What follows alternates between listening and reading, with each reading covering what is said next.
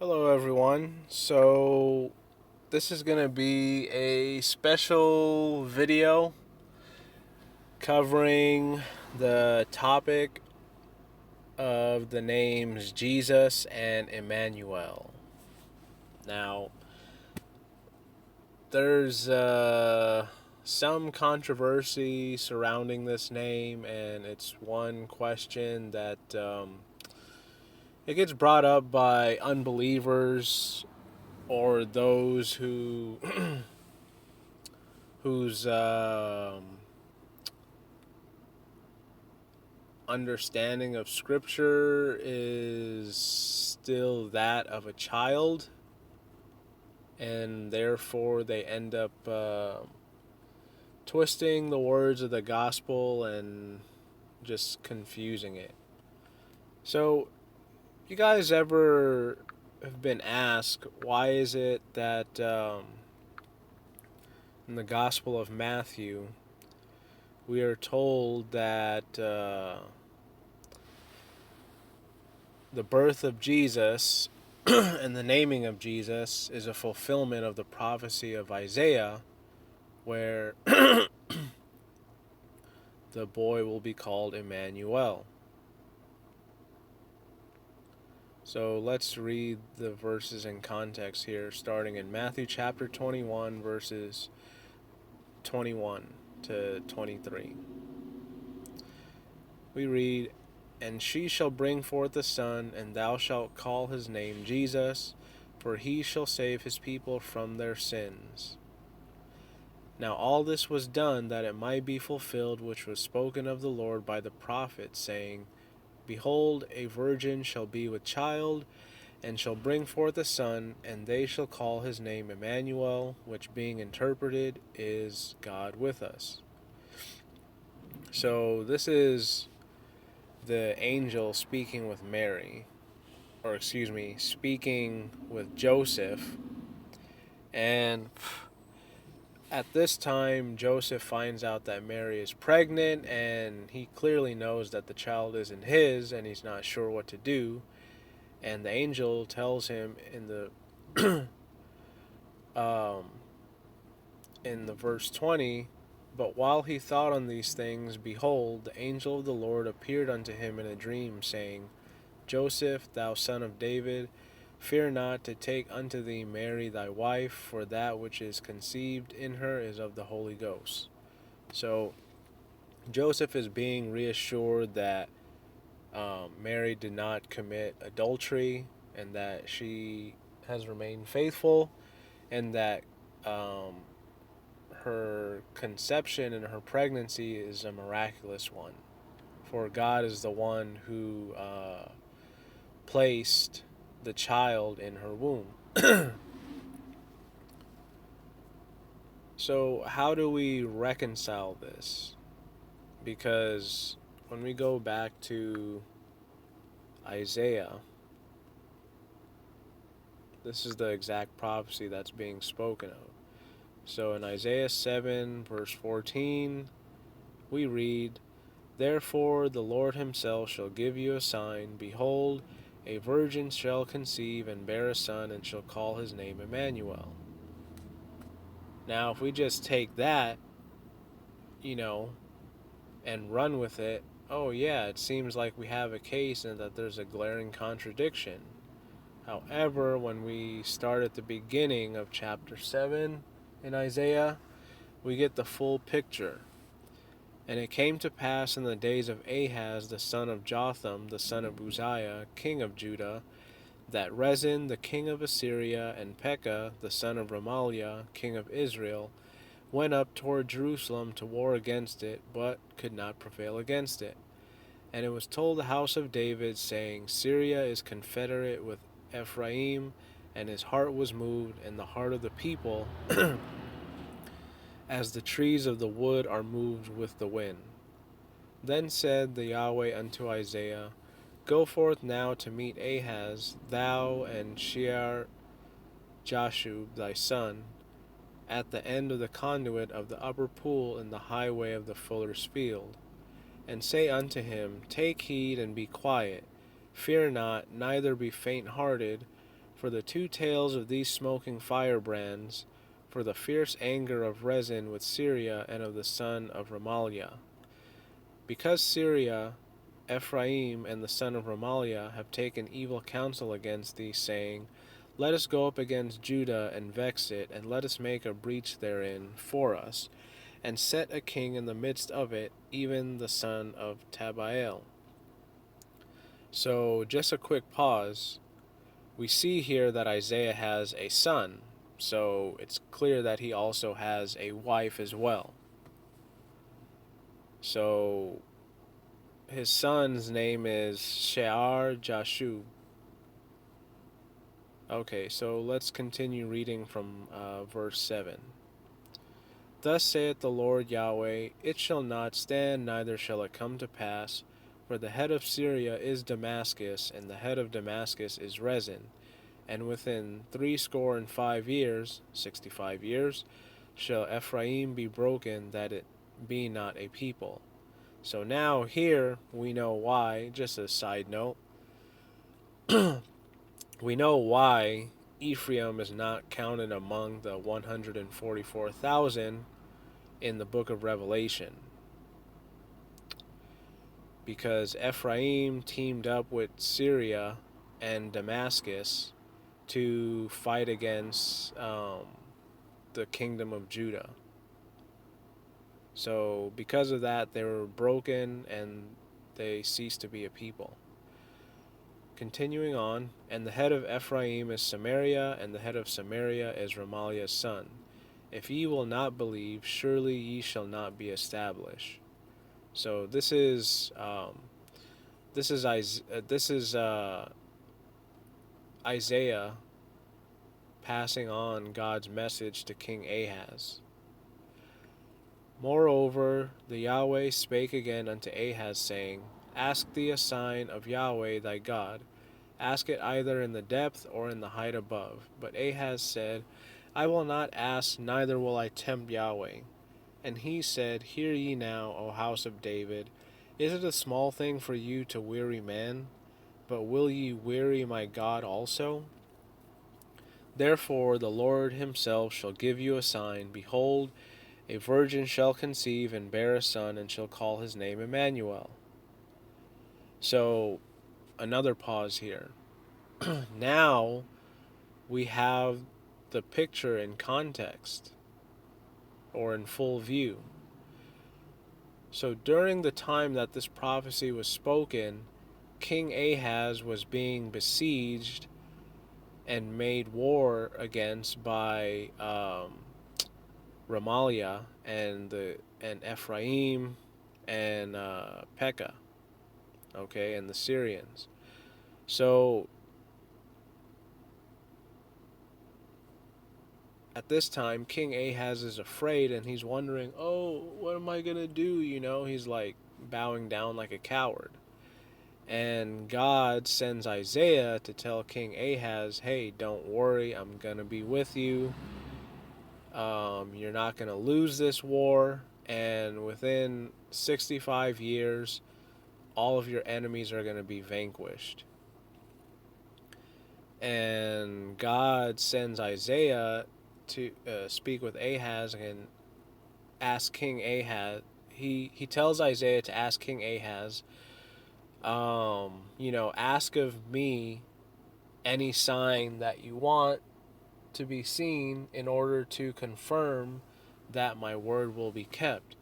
And King Ahaz, in his sense of false piety, says, oh, I won't tempt Yahweh, and it's like, he thinks he's being like righteous and pious, by following the law of Moses, which says, Thou shalt not tempt Yahweh thy God, as thou did at Massah. But then Isaiah rebukes him and is like, okay, is it a small thing, for you to weary like men? It's like, in other words, are you gonna like really, it's like it's already frustrating enough that you like wear out and annoy, people. But how much more annoying is it that you're going to actually like put on this, false show of piety towards God? So God, speaking through Isaiah, just ignores that and prophesies that a virgin will bring forth a son and call his name Immanuel. And then we read further, butter and honey shall he eat, that he may know to refuse the evil and choose the good. For before the child shall know to refuse the evil and choose the good, the land that thou abhorrest shall be forsaken of both her kings. Yahweh shall bring upon thee and upon thy people and upon thy father's house days that have not come, from the day that Ephraim departed from Judah, even the king of Assyria. And it shall come to pass in that day that Yahweh shall hiss for the fly that is in the uttermost part of the rivers of Egypt, and for the bee that is in the land of Assyria. And they shall come and shall rest all of them in the desolate valleys, and in the holes of the rocks, and upon all thorns, and upon all bushes. In the same day shall the Lord shave with a razor that is hired, namely by them beyond the river, by the king of Assyria, the head and the hair of the feet, and it shall also consume the beard. And it shall come to pass in that day that a man shall nourish a young cow and 2 sheep, and it shall come to pass for the abundance of milk that they shall give he shall butter eat. For butter and honey shall every one eat that is left in the land. And it shall come to pass in that day that every place shall be where there were 1,000 vines at 1,000 silverlings, it shall even be for briars and thorns. With arrows and with bows shall men come thither, because all the land shall become briars and thorns, and on all the hills that shall be digged with the mattock, there shall not come thither the fear of briars and thorns.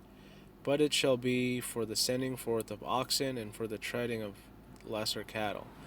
So here, the prophecy, the details of the prophecy are going on further, that God is going to also, bring judgment upon King Ahaz and the kingdom of Judah because of King Ahaz's unbelief. So he said that he would send the king of Assyria against them. And, it said that the people of Assyria will come and rest in the desolate valleys and the holes of the rocks, upon all thorns and upon all bushes. And they, like, God, he used this imagery, he used this analogy of like a barber, I guess you could say.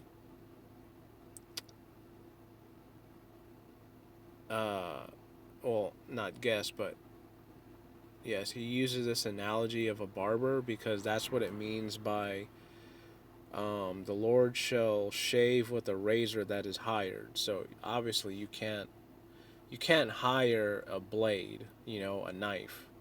So that means you have to hire the person who is using the blade to cut hair. So here, an ancient barber. And God is talking about the utter destruction and ruin of the kingdom of Judah by comparing it with a barber who cuts off all the hair from the feet and the whole beard. So, yeah, that's it's pretty clear imagery right there. Because, like, you have the human body, so that, but God is just not talking about just the human body in general, and he's not just, talking about the hairs on the feet and the hairs on the face, specifically the beard, for no reason, because um, the feet represent, it's like, okay, you stand on your feet, right? And that you have hair on your feet, and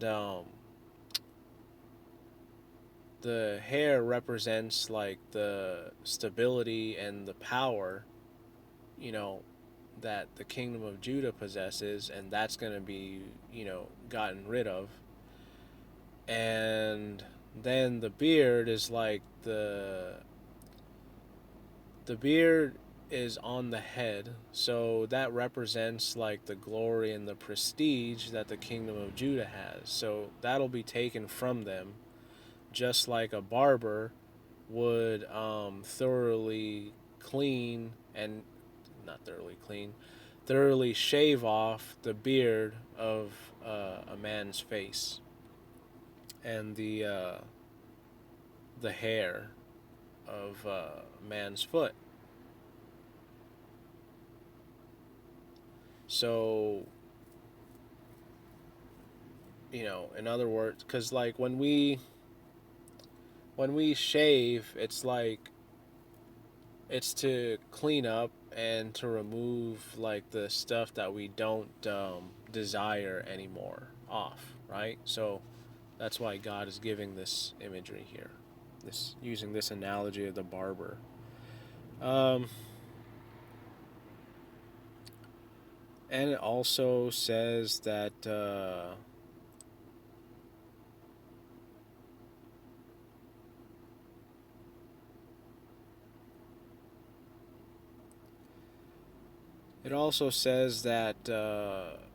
well, hold on, and going back to these desolate valleys and the thorns and the bushes.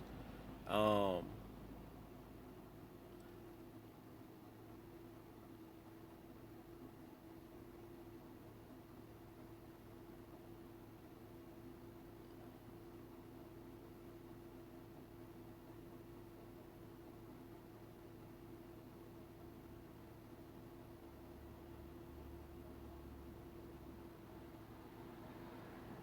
oh, and look, it also says that God will shave the head.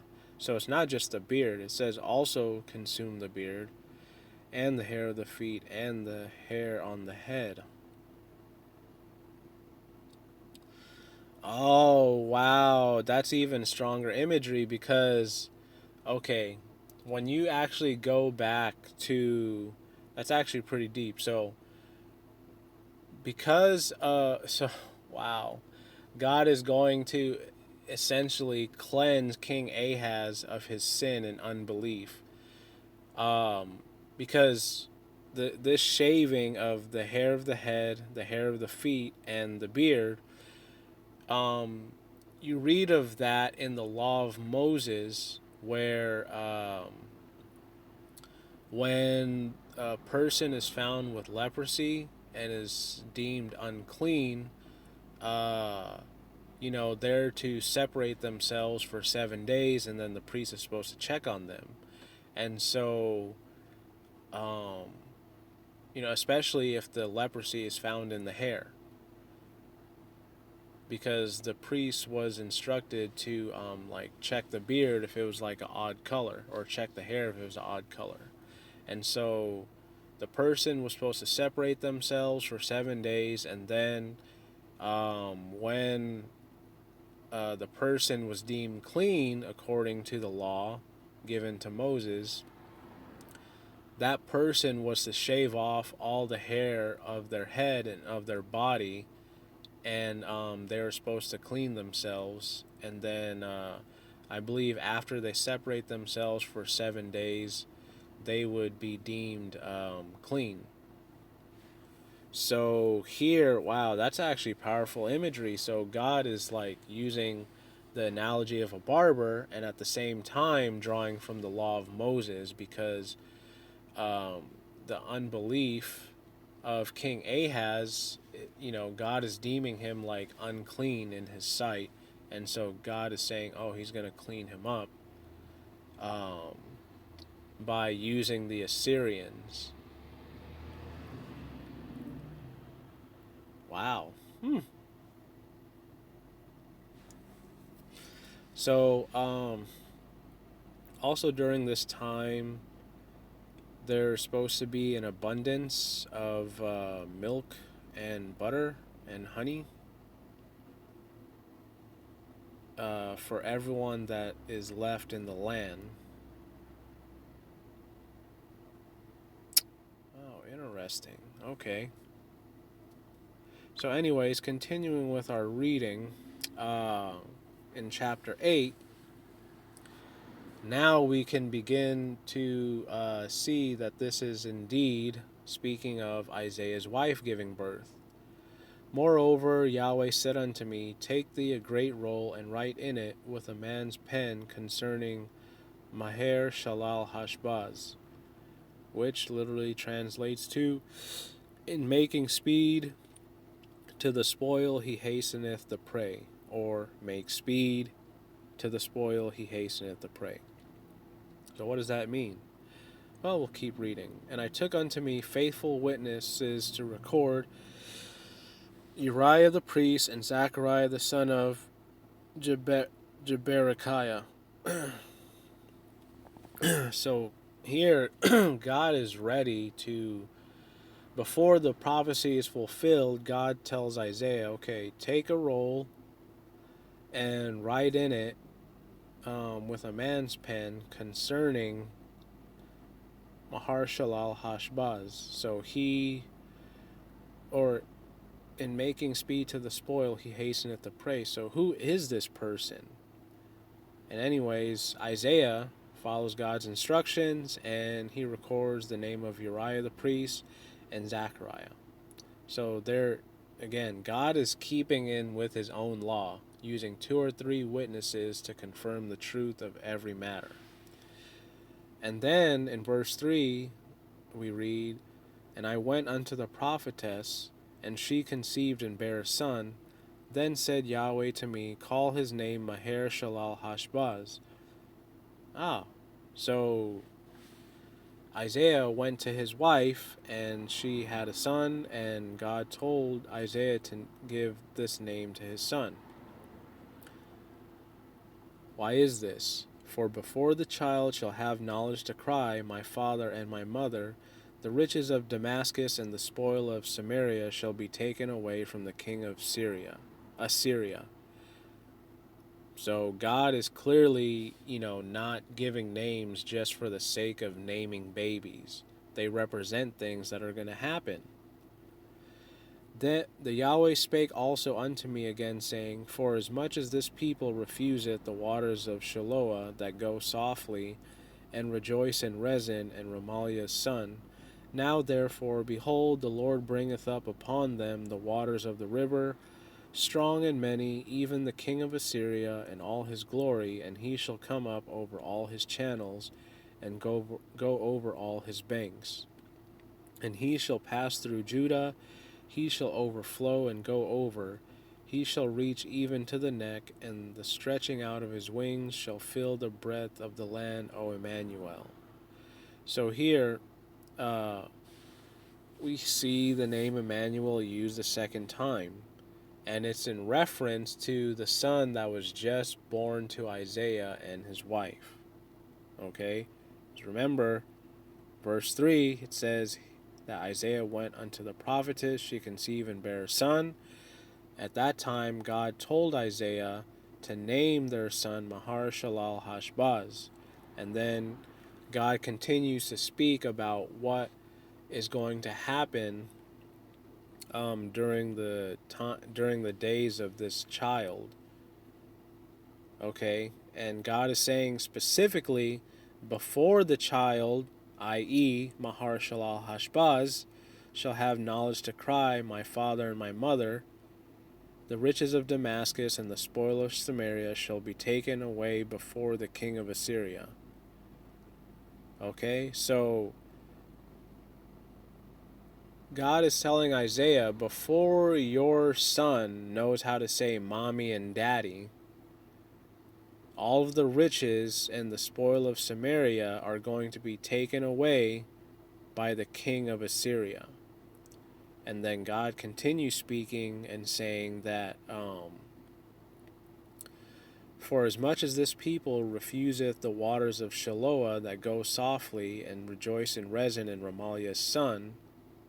So these waters of Shiloah, these, in other words, the people of Jerusalem, okay, and Ahaz, they're instead of trusting in the waters that God gives them, because remember at this time Jerusalem is in a very strategically is in a strategically advantageous location, because ancient Jerusalem, okay, remember Solomon built it up, and it's surrounded by water, and it's on high ground, and it's virtually impregnable from outside attack, which is why Remaliah and Rezin had such a difficult time warring against Jerusalem, and weren't able to overcome it. And because the waters ran softly above the surface, that was the water source for Jerusalem. And because the people of Jerusalem and King Ahaz, in other words, the kingdom of Judah, because they did not have faith and trust in God, God said that he would bring upon them waters of a strong river and many rivers. And he connects this picture of these many strong rivers to the king of Assyria, and that they would be overwhelmed,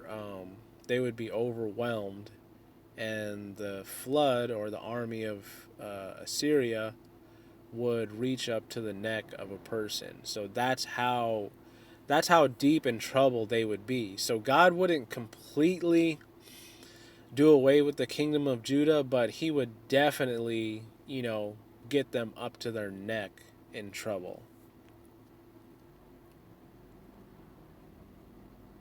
So when we read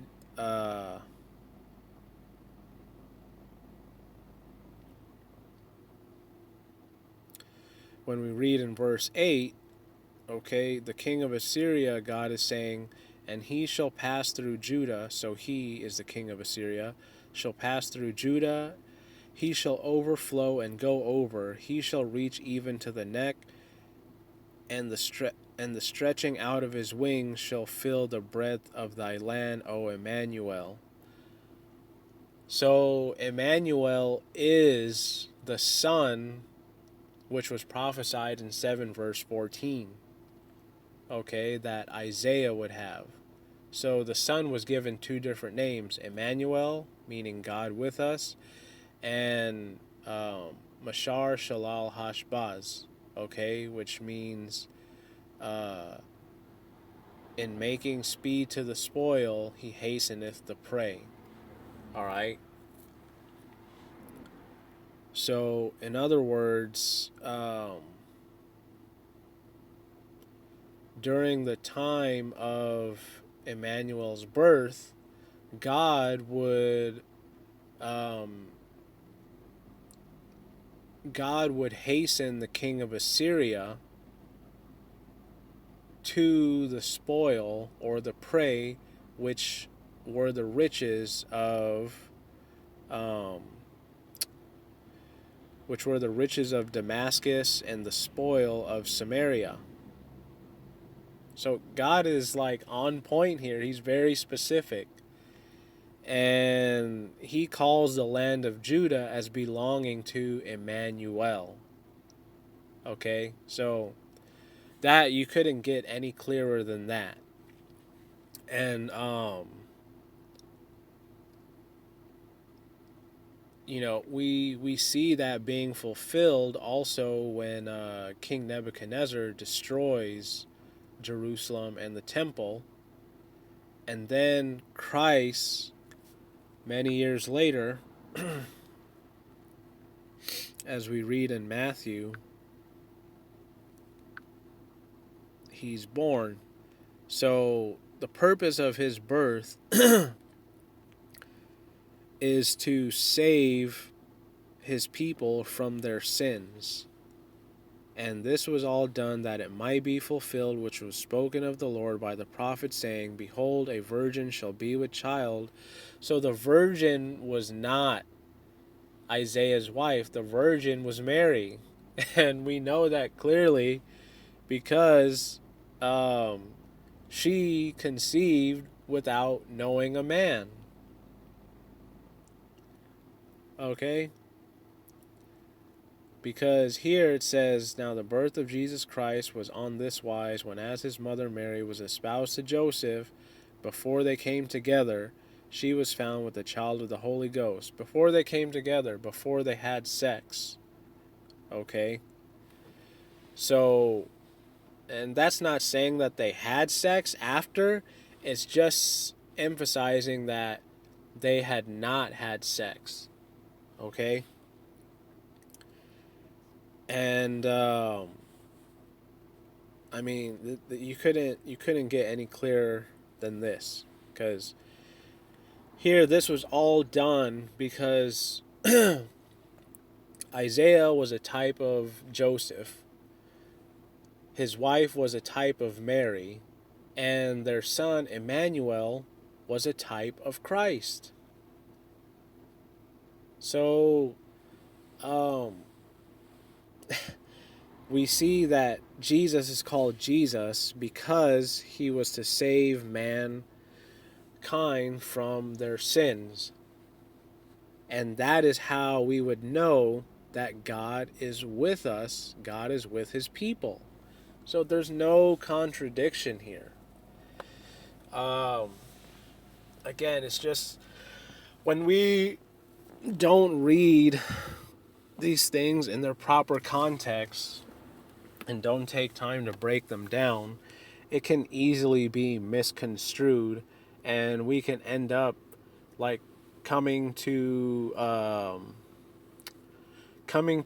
conclusion which is unsound and not founded on or not built on any solid foundation in scripture and prophecy. So anyways, I hope that that clears up things. Well, I should give another example, because right here, as we read in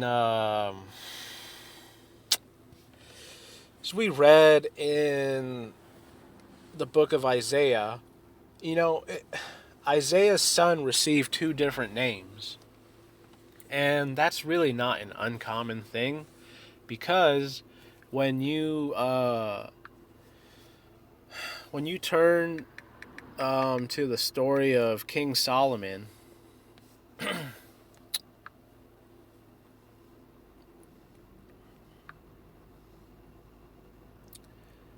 we read that in 2 Samuel,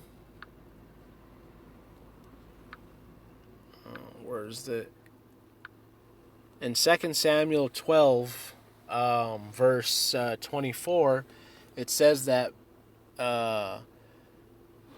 King David named his son Solomon, and then it says that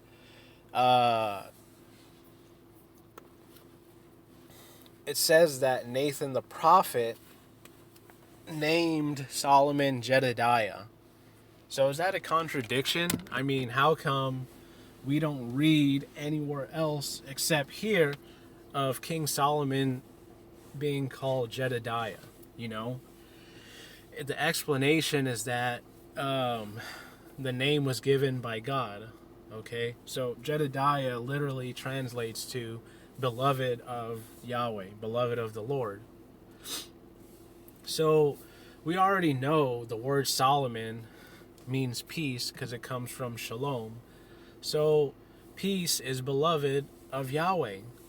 Okay? The beloved of Yahweh bring peace. So just because Solomon had two different names and was commonly known by one isn't a contradiction. And in the same way, we see that in the naming of Isaiah's son. And we also see that with Christ, because Christ is also known as the wonderful counselor, the mighty God. He's also known as the beginning and the end, the Alpha and the Omega. It's like, they're not contradictions. You know, there's like describing different things about the same person. However, his main name he was known by was Jesus. So, anyways, hope that helps you guys out in resolving and answering people who might bring up that as a contradiction.